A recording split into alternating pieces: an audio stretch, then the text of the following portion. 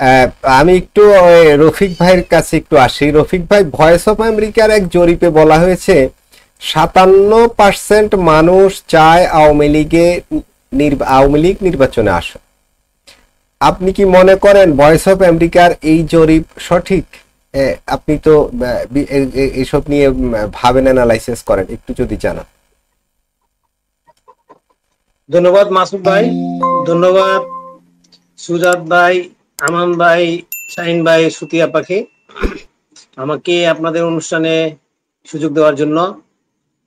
আর দর্শক শ্রোতা যারা আছেন তাদেরকেও আমার সালাম।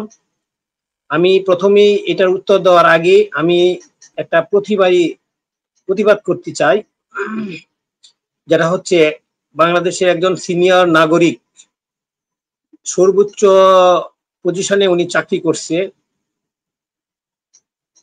উনি রাষ্ট্রীয় দায়িত্ব পালন করতে গিয়ে যদি আজকে এইরকম হেনস্থার শিকার হয়, তাকে গলায় জুতার মালা দিয়েছে, আমি এর তীব্র নিন্দা এবং প্রতিবাদ জানাই।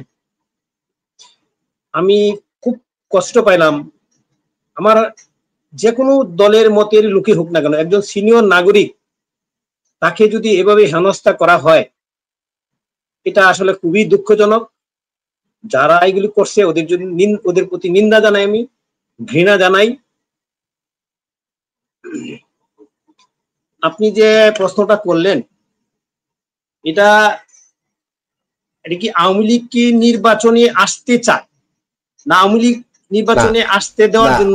ওরা ওরা ওরা জরিপ করছে ভয়েস অফ আমেরিকায় যে আওয়ামী লীগ সাধারণ মানুষ চায় যে আওয়ামী লীগ নির্বাচনে আসুক। ঠিক আছে, ওকে, ধন্যবাদ। সাধারণ মানুষ যে জরিপটা দিয়েছে বিবিসি থেকে, এটা কিন্তু একদম আমি মনে করি পারফেক্ট। কারণ মানুষ কিন্তু বর্তমানে যে মব ভায়োলেন্সে যেভাবে অতিষ্ঠ হয়ে গেছে, প্রতিটা জায়গায় প্রতিটা এলাকায় মানুষ কিন্তু অতিষ্ঠ হয়ে গেছে। কিন্তু এই জন্যই কিন্তু মানুষ কিন্তু এখন এই মুহূর্তে যদি নির্বাচন হয়, তাহলে কিন্তু ওই রকমই আপনার আসবে যে আওয়ামী লীগে যে 60% মানে মানুষ চাচ্ছে যে ভোটে আসার জন্য, ভোট কত পার্সেন্ট পায় সেটা হলো পরের কথা, কিন্তু মানুষ কিন্তু ওরকম যে আপনার জরিপটা দেওয়া হয়েছে এটা কিন্তু সঠিক। তবে আমি আমার যে দৃষ্টিতে আমি বলি, বর্তমানে যে সিচুয়েশন আছে, সেই সিচুয়েশনে বর্তমান এই সরকারের অধীনে আওয়ামী লীগের নির্বাচনে কোনো অবস্থাতেই আসা উচিত হবে না। যদি আওয়ামী লীগ যত পার্সেন্টই থাকুক, 70% মানুষ যদি আওয়ামী লীগের পক্ষে থাকে, তবু আওয়ামী লীগ এই যে বর্তমান প্রশাসনের আন্ডারে আপনি নির্বাচন করলে আপনি আওয়ামী লীগ কখনো জয়ী হতে পারবে না। এটা আমার ব্যক্তিগত অভিমত। কারণ আপনি দেখেন, আপনি যারা এই মব ভায়োলেন্সে যুক্ত আছে ওদের পার্সেন্টেজ কিন্তু খুব বেশি না। আপনি যারা মনে করেন, আপনি ধরেন বিএনপি করে, ধরেন বিএনপি ওই যে আজকের যে ঘটনা গলায় জুতার মালা দিল, এটি বিএনপির লোকরা করলো। বিএনপির লোক যদি আপনার 40% বা 35% হয়, তারপর আপনার 20% লোকে এটার বিরুদ্ধে কিন্তু কথা বলবে, কিন্তু যে এই কাজটা ভালো হয় নাই। তাহলে 20% বাদ দিলে আবার ওই যে পার্সেন্টেজটা আছে, ওই পার্সেন্টেজটা কিন্তু বর্তমানে কিন্তু এই দেশে সন্ত্রাস কায়েম করছে। 20%, 15%, আর হলো জামাতের একটা পার্সেন্টেজ আছে, আর হলো আপনার এনসিপির যে ছেলেরা আছে ওরা এই পার্সেন্টেজ। তার মানে কি আমরা 15% মানুষের সারা বাংলাদেশে কিন্তু মব ভায়োলেন্সের সাথে যুক্ত 15% মানুষ, অথচ 15% মানুষ 60% মানুষকে কিন্তু হেনস্থা করতেছে, কিন্তু কেউ কিছু বলতে পারতেছে না। সুতরাং কেন বলতে পারতেছে না? কারণ প্রশাসন পুরাটাই হলো এই 60% মানুষের এগেইনস্টে কাজ করতেছে।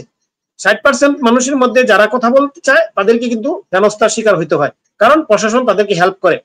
আপনি বলে যে অনেকে যে পুলিশ প্রশাসন কাজ করতে পারে না, পুলিশ প্রশাসন কাজ করে, আসলে তো ওনারা কাজ করতে, এই ব্যাপারে ওই 60% মানুষের জন্য কাজ করতে দেয় না, ওদেরকে নিষেধ করা আছে, আর অন্যদের পক্ষে কাজ করার সুযোগ করে দেয়।